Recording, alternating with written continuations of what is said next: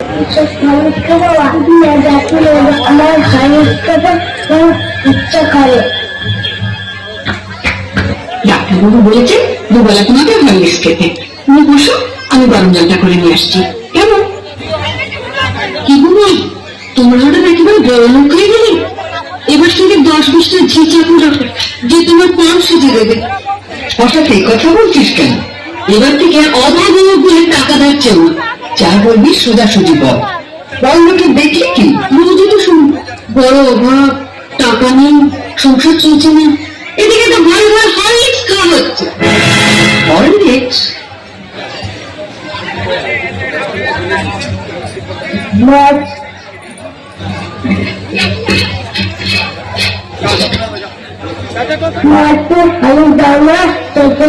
খাবো দিচ্ছি বাবা।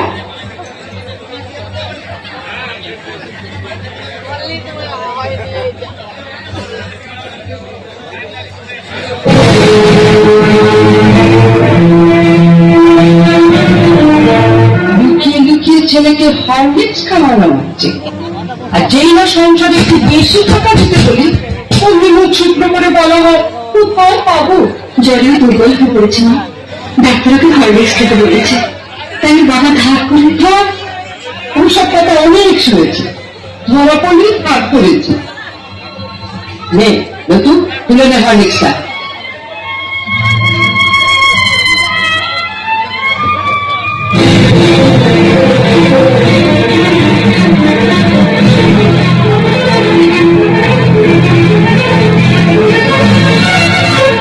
শোনো বড়, আমি আগেও বলেছি আবারও বলছি, যার স্বামী যেমন রোজগার করবে তার ঘরে তেমনি খাওয়া দাওয়া হবে।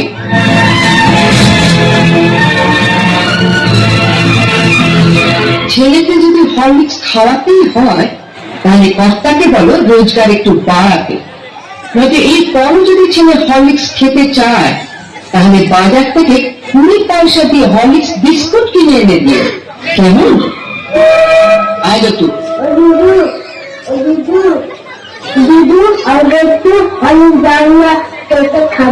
হরলিক্স খাবে? ওইখানে হরলিক্স পড়ে আছে, যা হেঁটে হেঁটে খা।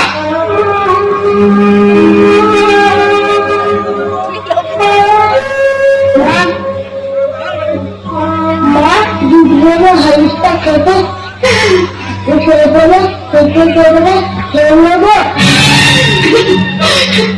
খাওয়ার খাওয়ার খাওয়া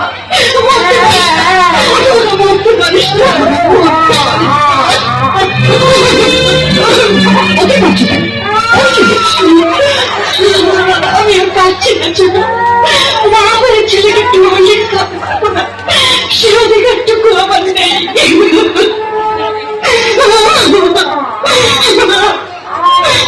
তো মা ওনারও তো সন্তান আছে।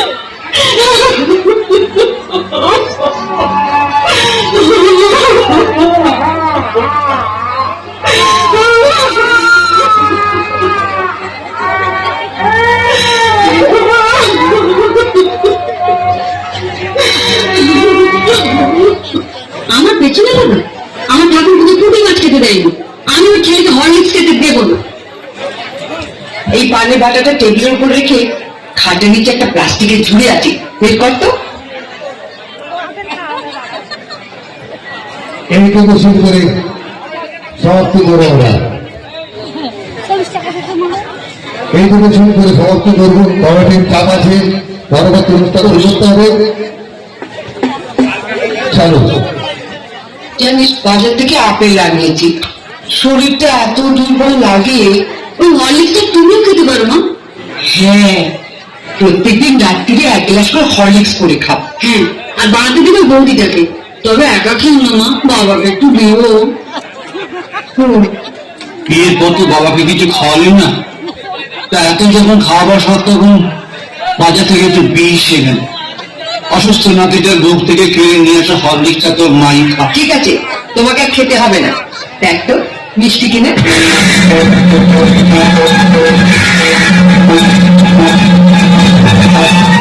এটা কি হলো? আপনি তো একটু আগে বড়দের ঘরে বলেইলেন মা, যার স্বামী যেমন রোজগার করবে তার ঘরে তেমন খাওয়া দাওয়া হবে। আপনি আপনার স্বামী তো মাত্র 150 টাকা পেনশন পায় মা। আপনার যদি এখনই ফল খাবার শখ হয় মা, বাবাকে বলুন না রোজগার বাড়াতে। নয়তো এর পরেও যদি আপনার ফল খাওয়ার শখ হয়, তাহলে বাজার থেকে 20 পয়সা দিয়ে কুল কিংবা পানি ফল এনে খাবেন, কেমন?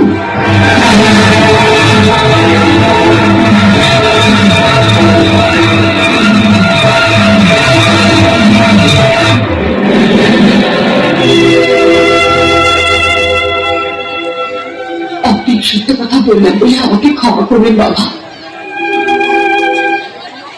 কি গো, তোমার সঙ্গে আমাকে এইভাবে অপমান করে চলে গেল, তুমি কিছু বলবে না?